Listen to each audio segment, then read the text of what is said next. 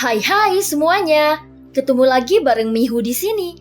Oh iya, kali ini Mihu akan membawakan alur cerita dari film Donghua yang berjudul Battle Through the Heaven. Mihu mengingatkan sekali lagi ya bahwa konten ini full spoiler. Mari siapkan cemilannya dan mari kita mulai alur ceritanya. Melanjutkan dari kisah sebelumnya. Setelah mendengar penjelasan dari Yusuan, Xiaoyan mulai memikirkan cara-cara yang harus dia lakukan. Senior, dapatkah kau berbicara tentang penempaan darah dengan api secara detail? Tanya Xiaoyan dengan jelas. Yusuan menyanjung metode pertama. Lagi pula metode kedua memiliki banyak persyaratan. Tidak mungkin bagi klan Cimi untuk memurnikan sebuah obat. Jadi mereka tidak perlu melatih alkimia dan juga perlu menemukan jantung api. Siklusnya sangat panjang dan keberhasilannya bergantung pada alkimia. Yang terakhir hampir tidak disarankan. Melihat darah klan Cimi yang dibudidayakan di sini, di tengah bumi terlihat banyak teknik penempaan darah yang dipilih oleh Yusuan adalah yang pertama. Tapi Xiaoyan merasa sedikit aneh.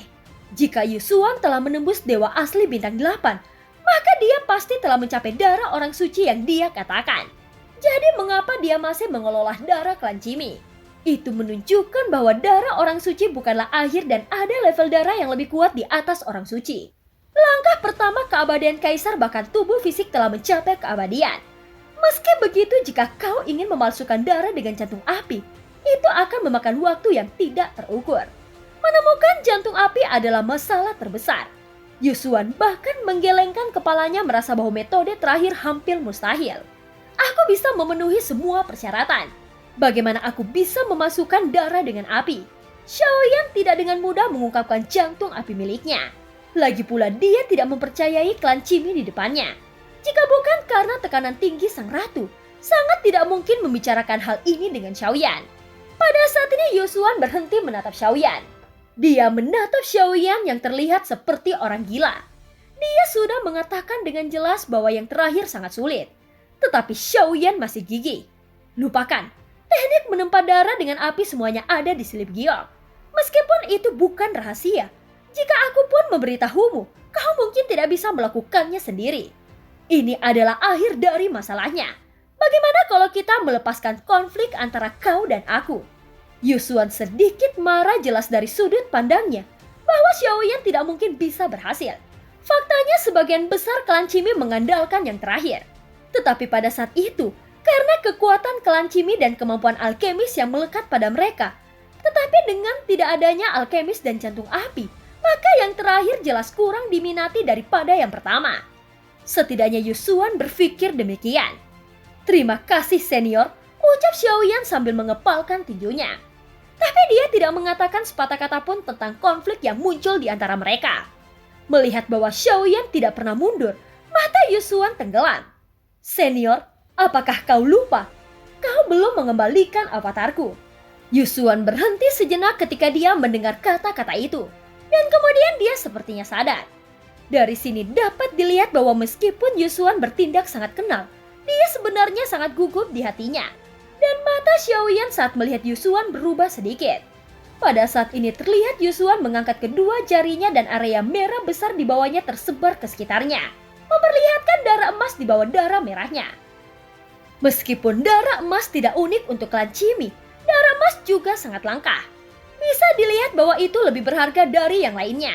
Darah emas menggeliat perlahan dan segera menjadi semakin keras. Setelah beberapa saat sepertinya itu mendidih dan kemudian tulang putih terbang keluar. Saat Xiaoyan melihat tulang putih itu, pikirannya terkejut.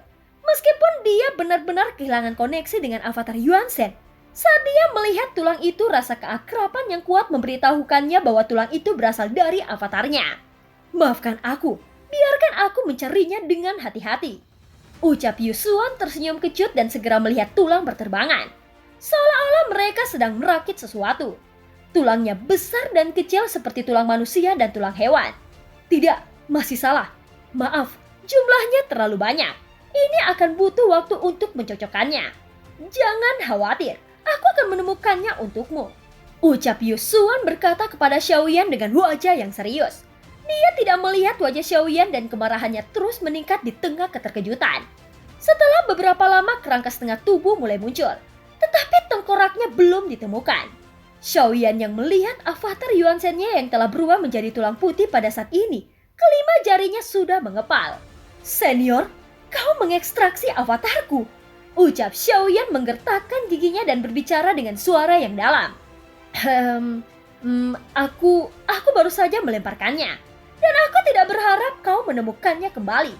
Tapi tidak apa-apa, aku akan menemukannya untukmu sebentar lagi," ucap Yusuan berkata dengan serius. Xiaoyan melihat avatar Yuan Shen yang hanya memiliki kerangka yang tersisa. Meskipun kerangka itu masih ada, apa gunanya? Mata Xiaoyan suram dan dia melihat Yusuan mengambil tulang demi tulang dari darah Yuan Shen di bawah.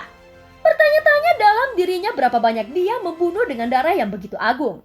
Dari dua metode yang disebutkan oleh Yusuan, seperti yang diharapkan. Yusuan memilih yang pertama dan avatar Xiaoyan juga menjadi bagian dari darah agung ini. Setelah perbandingan konstan, kerangka avatar Xiaoyan akhirnya muncul di depan jahitan Yusuan. Tetapi avatar Yuan Shen dengan hanya kerangka yang tersisa tidak memiliki vitalitas. Xiaoyan melihat jari dengan hanya tulang yang tersisa. Cincinnya masih ada tentu saja, bahkan jika cincinnya tidak ada, Xiaoyan masih bisa mengenali bahwa itu adalah avatarnya. Daging dan darah avatar Yuan Shen tidak dapat ditemukan. Semuanya telah menyatu menjadi darah suci, ucap Yusuan menggaruk kepalanya dan berkata. Mata Xiaoyan sangat dingin saat ini. Dia tidak pernah menyukai Yusuan dan membuat kemarahan Xiaoyan terus meningkat. "Senior, kau tidak berniat mengembalikan setumpuk tulang padaku kan?" ucap Xiaoyan menahan amarah di hatinya dan menatap Yusuan dengan dingin. Yusuan melihat darah klan Cimi di bawah. Pada saat ini darah emas meledak dengan cahaya yang aneh. Jelas darah ini tampaknya memiliki spiritualitas. Setelah mendapatkan avatar dari Xiaoyan, itu selangkah lebih dekat ke tingkat yang ingin dicapai Yusuan. "Senior, jika kau masih berencana untuk menyembunyikannya, aku tidak keberatan mencoba mencari jiwamu," ucap Xiaoyan menatap Yusuan yang merasa malu dan dia mengerti bahwa Yusuan tidak ingin memisahkan darah klan Cimi. "Junior, jika kau percaya padaku, aku berjanji akan bertarung untukmu selama 10.000 tahun. Setelah aku mencapai darah dewa, sekarang darah dewa akan selesai jika sebagian darah diambil saat ini. Evolusi tidak akan selesai," ucap Yusuan menggertakkan giginya dan memandang Xiaoyan. Tidak ada yang mendominasi di matanya tetapi mata yang memohon. Dia tahu bahwa semua pikiran Xiaoyan sekarang, Ratu dapat membantunya untuk menyelesaikannya. Tetapi Yusuan tidak akan berdamai. Dia sudah terlalu lama menunggu untuk hari ini. Bukankah senior telah mempunyai darah yang mulia yang telah mencapai batas? Ucap Xiaoyan menyipitkan matanya sedikit. Ada dewa di atas yang mulia, tetapi Yusuan tidak menyebutkannya kepada Xiaoyan sebelumnya. Dewa asli bintang 8 perlu memalsukan darahnya lagi. Dan darah yang mulia hanya dapat dipromosikan menjadi darah yang mulia dewa untuk menerobos dewa asli bintang 9. Yusuan menjawab Xiaoyan dan tidak lagi menyembunyikannya. "Bagaimana setelah bintang 9? Ucap Xiaoyan terus bertanya. Dia tidak tahu banyak tentang budidaya avatar Yuan Shen. Dan sekarang dia memiliki kesempatan untuk belajar lebih dalam. Setelah mencapai darah dewa di alam leluhur, ada dewa kuno. Tetapi dikatakan bahwa leluhur pertama dari klan Cimi menerobos alam dewa yang lebih kuat dari dewa kuno. Dan mereka disebut dewa. Dewa asli dimulai dan dewa kuno adalah yang teratas dan para dewa lebih dari sekedar rumornya." Yusuan bersusah payah untuk menjelaskan bahwa dia berharap Xiaoyan dapat memenuhi keinginannya. Xiaoyan mau tidak mau berpikir dalam hatinya. Keabadian fisik bintang 4 dapat menandingi keabadian ke langkah kelima atau bahkan ke-6 dari keabadian Kaisar. Dan tubuh fisik bintang 8 atau bintang 9 dapat menandingi dan menjadi lebih kuat dari keabadian Kaisar. Kemudian setelah dewa asli, ada dewa abadi alam leluhur, dewa kuno, dan bahkan dewa surgawi. Bisakah dewa asli bertarung melawan dewa keabadian? Xiaoyan mau tidak mau bertanya dengan rasa ingin tahu. Dewa abadi? Yusuan ragu lalu menggelengkan kepalanya. Dewa bintang 9 sudah abadi dalam daging. Tetapi dia termaksud dalam praktik melawan langit. Karena dia mengandalkan kekuatan bintang sebagai sumber dayanya, bukan energi dunia yang dibutuhkan untuk keabadian. Semakin banyak klan Cimi menyerap kekuatan bintang-bintang, semakin dia menyerap itu akan ditekan oleh daun surgawi. Keabadian fisik di bintang 9 dapat dikatakan tak terkalahkan dalam keabadian Kaisar. Tetapi kau telah melihat hasilnya ketika menghadapi keabadian para dewa. Yosuan tersenyum kecut dan hasil yang dia sebutkan persis adalah celah antara ratu dan dirinya. Sebagai tubuh keabadian fisik bintang 8, dia tidak memiliki perlawanan sama sekali di depan sang ratu. Perbedaan antara kekuatan bukan pada kekuatan tempur, tetapi pada tingkat kekuatan yang lebih dalam. Pikiran ratu sudah menjadi celah yang tidak bisa dijembatankan oleh Yosuan. Dia bahkan tidak memenuhi syarat untuk melawan sang ratu. Ketika menghadapi dunia yang lebih kuat, dia melewati celah besar seperti dewa yang memandang manusia. Keduanya tidak berada di tingkat yang sama. Lalu, bagaimana dengan dewa alam leluhur yang lebih kuat setelah bintang 9? Bisakah itu bersaing dengan dewa keabadian? Ucap Xiaoyan bertanya lagi. Sudut mulut Yosuan sedikit berkedut ternyata meskipun dia sangat sabar. Setelah Xiaoyan bertanya berulang kali tetapi dia terus menjawab Xiaoyan. Sudut mulut Yosuan sedikit berkerut ternyata meskipun dia sangat sabar dan kelelahan. Setelah Xiaoyan bertanya berulang kali, dia terus menjawab Xiaoyan. Mengajukan pertanyaan ini hanya menunjukkan bahwa pemahamanmu tentang kultivasi tidak cukup dalam. Alam hanyalah sebuah gelar yang diberikan ketika kekuatan mencapai tingkat tertentu dan kekuatan adalah inti dari alam. Dalam pertempuran keabadian ada faktor variabel yang tak terhitung jumlahnya. Apakah itu dewa leluhur yang asli atau keabadian para dewa? Apakah kedua belah pihak lebih kuat atau lebih lemah? Atau berbagi pengetahuan kekuatan tempur yang mereka kembangkan akan mempengaruhi faktor kemenangan dan kekalahan. Jadi apakah kau bisa bertarung atau tidak? Itu tidak dapat disangkal ada juga yang jenius. Jadi tidak ada kemenangan mutlak, hanya ada pertarungan yang lebih kuat. Selama darah klan Cimi tetap ada di tubuhnya, kesombongan itu tidak akan pernah hilang darinya. Kekuatan klan Cimi memiliki hubungan yang tidak terpisahkan dengan kesombongan ini. Tentu saja pada saat yang sama, penurunannya juga karena kesombongan ini dan keberhasilannya atau kegagalan semuanya karena kesombongannya. Tetapi bagaimanapun juga, melihat sejarah luas klan Cimi, ras ini setidaknya bersinar seperti bintang besar. Dan bahkan jika menghilang itu akan selalu tercetak di sungai panjang sejarah kuno. Ini cukup membuat mereka sangat bangga. Xiaoyan telah melihat jiwa para klan Cimi di alam kesengsaraan. Bahkan jika mereka binasa, keinginan mereka masih cemerlang dan kuat. Mungkin di mata orang luar akan terasa tidak nyaman. Tetapi yang harus diakui adalah kekuatan mereka cukup untuk mendukung kesombongan ini. Penjelasan Yosuan cukup masuk akal. Ini menunjukkan bahwa sistem kultivasi klan Cimi sebenarnya agak kabur. Jadi, darah dewa ini dapat membuat senior menerobos ke dewa asli dari alam leluhur? Tanya Xiaoyan. Tidak ada gelombang di matanya dan dia tidak bisa melihat fluktuasi emosi apapun saat ini. Yosuan menatap darah klan Cimi yang bergolak di bawah, lalu menggelengkan kepalanya dan berkata dengan menyesal. Untuk berevolusi menjadi darah para dewa, esensi dan darah klan Cimi seharusnya cukup.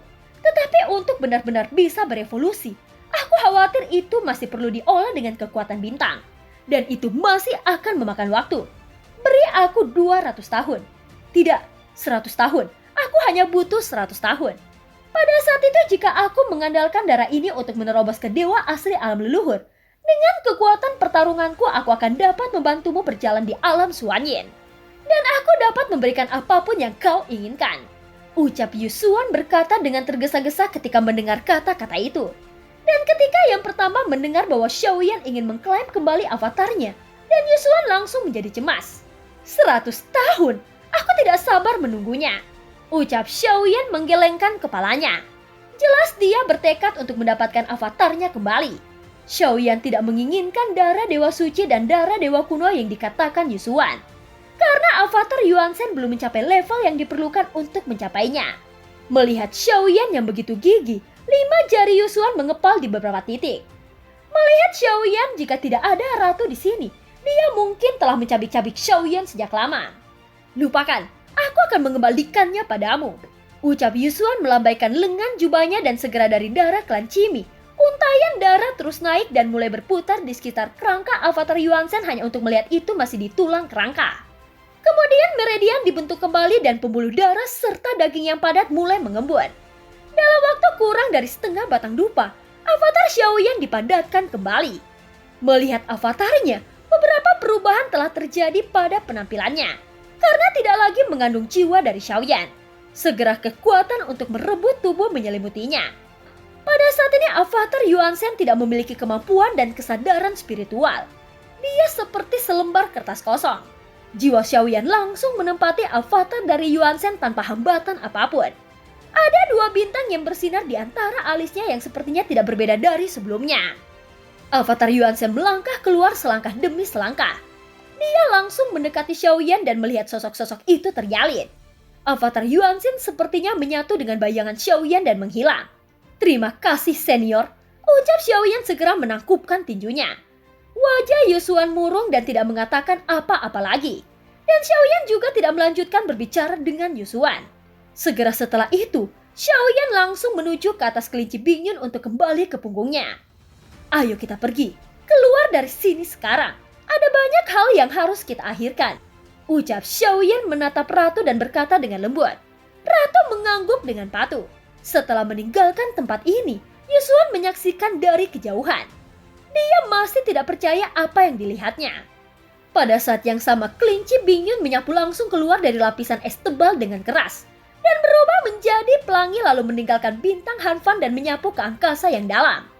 Tetapi setelah Xiaoyan pergi, di inti bintang Hanfan sosok Yusuan tetap tidak berubah.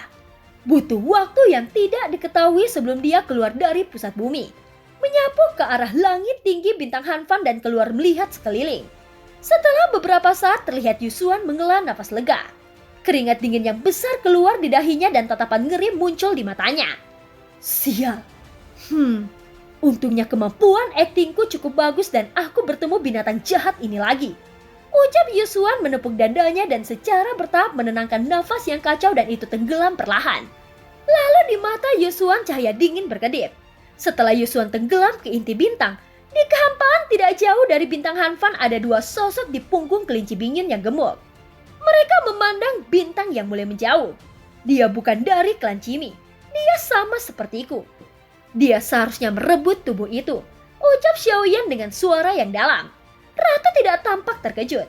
Mungkin tidak ada yang mengejutkannya, karena dia tidak pernah mempercayai Yusuan. "Ini tebakanmu?" Ratu bertanya. Xiaoyan berhenti dan mengganggu. Ratu bertanya kepada Xiaoyan dan berhenti mengganggu. "Ini memang hanya tebakan, namun aku yakin akan satu hal. Darah di tubuh avatarku yang terbelah digantikan olehnya. Meskipun juga dikembalikan ke bintang 2, darah yang mengalir di tubuhku tidak hanya membuatku merasa lebih kuat, tetapi sebenarnya menjadi lebih lemah," ucap Xiaoyan. Ketika dia mendapatkan kembali avatarnya, meskipun perasaan itu halus dan avatarnya telah bersama Xiaoyan untuk waktu yang lama, maka perbedaan ini masih dapat diperhatikannya. "Aku ingin melihat apa yang ingin dia lakukan dan aku juga ingin melihat seberapa kuat darah para dewa yang dia katakan. Tapi jika dia benar-benar menerobos ke dewa asli alam leluhur, apakah Yuan Er bisa menekannya?" ucap Xiaoyan. Setelah selesai berbicara, dia melihat ke arah sang ratu. Meskipun dia berbicara dengan suara yang mendominasi, sebenarnya jika ratu tidak bergerak, dia tidak akan menjadi lawan Yusuan sama sekali. Tepatnya dia bahkan tidak memiliki kualifikasi untuk menjadi lawannya.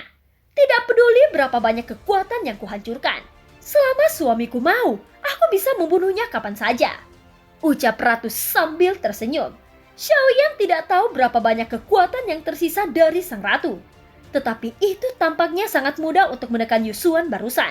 Itu benar-benar penghancuran kekuatan yang sangat mengerikan. Dan film pun berakhir. Terima kasih udah dengerin Mihu dari awal sampai akhir ya. Sampai jumpa.